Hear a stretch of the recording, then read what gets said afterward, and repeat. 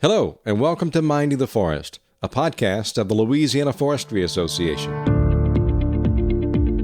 I'm your host, Jeff Zeringue. In Minding the Forest, we'll talk about sustainable forestry, how important forests are to Louisiana and its economy, as well as issues in the forest products industry and how forests benefit everyone.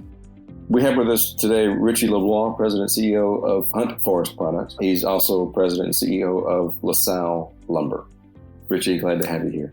Glad to be here. Tell us a little bit about the history of Hunt. It's a family business and has been, hasn't it? The Hunt family came down from Arkansas back in the late 1800s and have operated in the piney woods of North Louisiana since then. A lot of people don't know, but the Hunt family built the Dotson complex that is currently run by Weyerhaeuser. They built the Zwally Mill.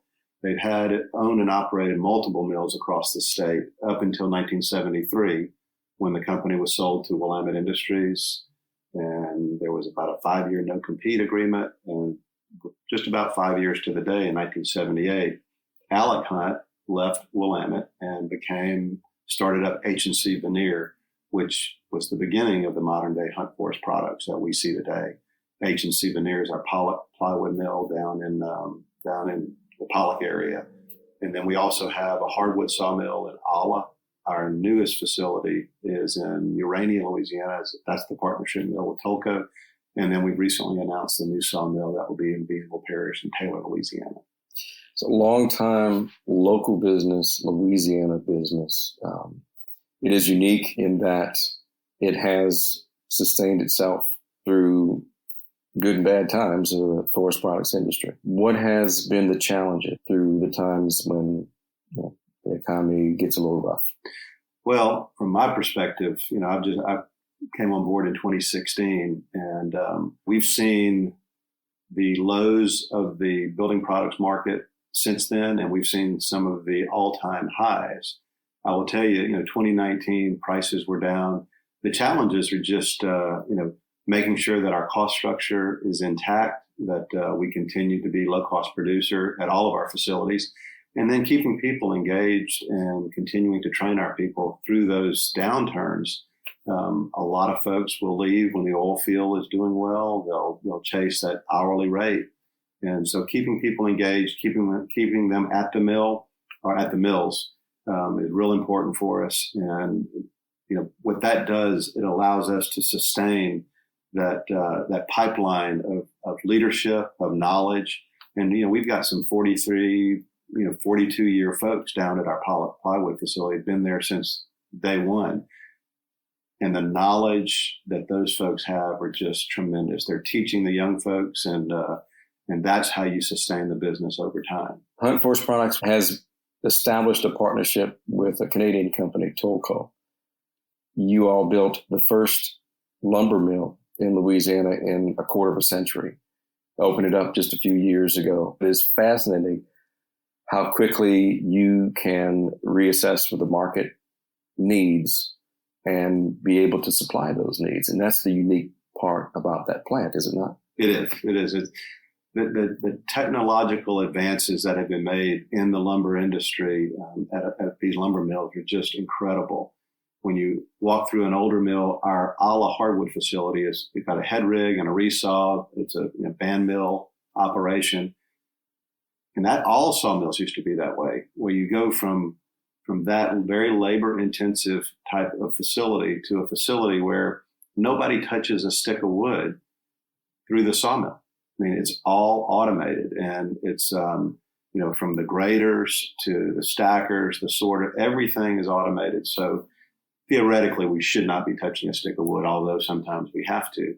But the technology is just tremendous, and it requires a whole different skill set, which has been challenging, but it's been rewarding as our team has learned, because there were no other mills like this in Louisiana, obviously. And so when you've got to build that skill set from the ground up. So we're excited about the possibilities to have a sister mill in Bienville Parish that we will be able to teach and learn or help folks learn at our existing facilities. So that's the good news. How similar will those two facilities be? They'll be very similar. The equipment setup will be very similar, although the Bienville Mill or Taylor, Louisiana facility will have two saw lines rather than one. So it won't be double the capacity, but we're anticipating about 350 million board feet out of that facility. And we'll get about 250 million out of the LaSalle facility this year. Did y'all reach that capacity sooner than you thought? Well, no. We did take advantage of the market in 2021, earlier this year, and we ran some 100-hour weeks rather than just 80 hours. So that did allow us to achieve our budgeted volume numbers a little bit sooner than we had expected. One interesting dynamic that the LaSalle plant has that I'm really fascinated by as well, it has a unique relationship with the nearby plant with the pellet mill. Mm-hmm. And the residuals that come from the LaSalle plant can go and supply a need to the pellet plant next door. And being adjacent to that property, you don't have to get any of this on the road. It all is done on private property. That has to be a huge benefit to both Drax and Hunt Forest Products, is it? Absolutely. I mean, having a guaranteed takeaway of all of your residuals, that agreement, that partnership with Drax was certainly a win-win for both companies. We would look to replicate that as well. Right now we do not have a planned co-location at the new facility, but it's not to say we're not leaving the opportunity open. But that partnership with Drax has been very good, again, for both companies. There is no need to look at options for residuals. They just right up next door. We actually built a road. We call it Drax Road. Trucks just right across the property line, and they're there. That is a unique partnership. But I think even more unique is the partnership that Hunt and Tolko has established to create the LaSalle mill. And from an outsider looking in, it seems that partnership has been so successful that you're going to construct a second facility. It has been. I mean, the Thorlickson family, and that they own Tolko Industries. We were introduced to them in 2017. There was a consulting group here in the U.S. who had been hired by Tolko to look for a partner in the South, specifically for a lumber facility. And we had already discussed the mill options with the bid group. They're the turnkey operator who built the mill for us. Brian Fair was the owner and operator of the bid group. And we had visited with Brian as Hunt Forest Products and were intrigued with the turnkey option that they presented. We visited their first turnkey mill here in the South, which is in Newton, Mississippi, Beaver Lumber Company. And the Hunt brothers and we knew from the get-go that the technology, the efficiency of these facilities, it was just very intriguing. And so we were marching down the path of tackling this project on our own. We were contacted by this consultant. We had some mutual friends who said, we have an option for a Canadian partner if you all are interested in talking. Got on a conference call with Brad Thorlickson, the president and CEO of Tolko, and Mike Harkey's, who was our operational VP at the time. Very encouraged by the similarities in the family-run business. The cultures were very similar. They're from British Columbia, so they spoke English. We didn't have to worry about any language barriers. The Hunt brothers and I took off and flew up to Vernon, British Columbia, and met with the Thorlickson family. I believe it was Thanksgiving week of 2017. They came to the South shortly thereafter, and everything was very encouraging. And that's where the partnership was really born. We had already signed the purchase order for the new mill. And so they came in, got involved in the construction side, and everything was very positive. The startup of the mill wasn't perfect. We made some mistakes. They were very supportive. They had several sawmills. They do have several sawmills in Canada and British Columbia. So they have a lot more sawmilling experience than we did. Having that knowledge and that support was good for us at startup. Like I said, there were a few missteps along the way, but overall, we made a pack of lumber in December of 2018, which was less than a year from when we first started construction. We started the first shift up in earnest in about February of 2019. Second shift came on board in July of 2019. And, 2020, first quarter of 2020 was a tough quarter. We weren't running well. The prices, lumber and plywood prices were very, very low. And then, of course, we had the COVID outbreak. And so did a number on the market as well. In March of 2020, that was kind of the beginning of our COVID experience. The Canadians couldn't travel after, I think it was March 17th. They left the South and went up north, and they couldn't travel from that point forward. So it did a couple things. Our mill leadership had to take ownership of everything that was happening at the mill, both the positives and the negatives.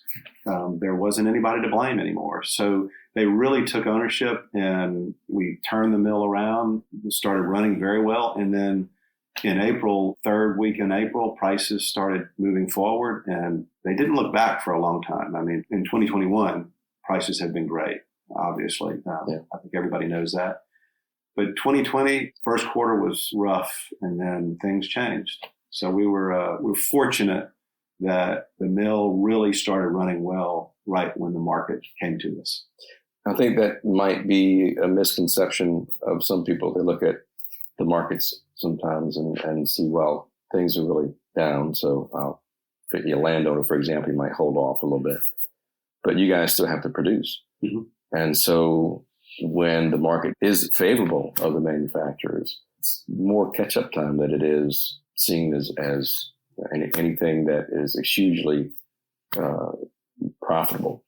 It is a business, and the supply and demand part is crucial to what you do. And if no one's building houses, or few people are building houses, that's a big crunch on you guys. Absolutely. I mean, we have fixed costs that we have to cover. Every manufacturer does. So we can't just stop when prices go down. We've got to keep producing lumber, and we were fortunate that our cost structure is such that it's not that we were making a great deal of money, but we were losing less money than some of our competitors, I would say. Let's talk a little bit more about Tolko. That relationship has taken off. You're building a second plant. At the first, and I know everyone speaks English, but were there any cultural issues that, I know just in language itself, I may say a word that you put a different meaning to it. And when you're talking about different countries, there are those subtleties that come up and can be either humorous or challenging. I said earlier that we didn't have a communication barrier, but I will tell you that Canadians and Southerners don't speak the same language all the time, to your point. Canadians are very matter of fact. We did have to learn how to communicate. It's not the negative side, but the Canadians are less patient than we are here in the South. They want results immediately. And I think we all wanted the same thing, but there's a certain amount of patience that we have that we're going to get to our targeted production rates. And we did achieve those production rates, but it took us a little bit longer than what the Canadians would have you believe that they wanted or they could have achieved if they were running the facility. We are the operating partner. So it was our responsibility to get to those run rates as quickly as we could, but also we didn't want to just turn the knob up. These mills, we're still learning the mill today. We have a maintenance crew that's very young, inexperienced with this technology. So we had a little bit more patience than what the Canadians would have liked us to have. So in that regard, there was a little bit of a communication challenge, but we did overcome it, and the relationship is very sound. We don't always think exactly alike, but from a relationship standpoint, they have been very supportive of the efforts and what we have accomplished here, and recognize that, I made a comment earlier that we were just celebrated our 1 year injury free which is outstanding in a sawmill. And congratulations. The team down there they're the ones who achieved the results. But that is another piece that the Canadians were very proud of, very complimentary of achieving that particular milestone. There again, we are still learning, just like a marriage. You don't learn each other in the first year, and we're still learning how to respond to the Canadians in a way that is meaningful and doesn't offend anyone. That road travels both ways, though. I'm sure that their experience with Hunt and Southerners has been a challenge for them, and I would assume that they would look to be very understanding in developing that relationship, and they're obviously equally happy as you all because you're venturing on another endeavor. That's right. Now, they do have two other partnerships in the South. We were the first partnership that Tolko entered, and they have two other partnerships, one in Mississippi, one in Alabama. They did have a U.S. representative who was engaged, but he has since moved on. And I think they hired him to solve that language barrier, so to speak, because he was from the South, and all that implies is just, again, different culture. So they have certainly learned as we have. And I think with the additional project, it just shows and demonstrates that they're as happy as we are with the partnership. Why do you suppose Canadian companies are looking to the U.S. Southeast? We're a very sound wood basket throughout the South. Is there any reasoning from the Canadian standpoint that this is an area they really should invest in? I think it's twofold. One, the bug infestations and the wildfires that have happened up in Canada have really devastated their raw material basin. That's one of the issues that they have, and the other is they don't own the timber. They have cutting rights. The Crown actually owns the timber, and price fluctuates based on the lumber market. So what we've just come through in the lumber market is going to catch up with their raw material soon. So that high cost raw material can be replaced theoretically in the U.S. Southeast. And so with the raw material where it is, obviously strong timber basin throughout the Southeast. And this was, again, Tolko had looked to come to the South many times previously, but I think with the company in the hands of Brad and his father, Al Thorlickson, they finally got comfortable enough to go ahead and make that first step with Hunt Forest Products back in 2017. So markets are kind of regionally based. So wherever the mill is, we want to try and produce and sell as close to the mill to reduce transportation costs and things of that nature. But do you export any to Canada? We do not export any lumber to Canada currently, not right now. The lion's share of our production ends up in Texas. I mean, that's one of the most fruitful building products market right now, the Houston area, the Dallas area. But we do ship product, all over the country, but not to Canada. Interesting. That would add a new dynamic to what you do, wouldn't it? It would. Now, we will be on the KCS, Kansas City Southern Railroad in Taylor, Louisiana, and that railroad has just been purchased by a Canadian company and can take product all the way up through the Midwest up into Canada. So we'll see. As an aside, real quickly, we were talking earlier, and with the impact of Hurricane Ida, Hunt has offered an opportunity to donate some of its product to plywood, things of that nature, to help people rebuild. How important is that for you all because you're contributing to folks here at home? It's extremely important. The Hunt family is committed to Louisiana. They're committed to the areas where we operate, specifically in Urania, LaSalle Parish, Rapides Parish near the Pollock area, Isle, Louisiana. So, and here in Ruston, I mean, we're heavily engaged in Ruston High School. We're talking to Louisiana Tech about an endowment scholarship. So the family is very, very supportive of the charitable giving. We're glad to do it. And sometimes it really brings it home to be able to help people that are your neighbors that you go to church with. That's what we're about. So what can we possibly see past the Taylor plant from Hunt Forest? That's a good question. We're certainly poised for growth. We have an outstanding staff here. We continue to develop our core competency within this organization.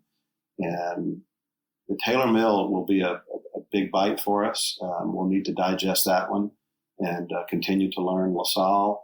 We have quite a few capital projects that we have left to employ there at our Pollock plywood mill. But I would love to see us grow. We love the plywood business, which has kind of become a novelty lately. OSB has garnished most of that market share, but you never know where we'll end up. Richie LeBlanc, President and CEO of Hunt Forest Products and LaSalle Lumber, thank you very much for taking time for us. No, I appreciate being on the program. Thank you for listening to Minding the Forest, a podcast of the Louisiana Forestry Association. If you'd like to learn more about sustainable forestry, the LFA and its programs, and how you can be part of an organization that supports landowners, loggers, and wood manufacturers in the state, go to laforestry.com. And remember, at the Louisiana Forestry Association, we're minding the forest for you.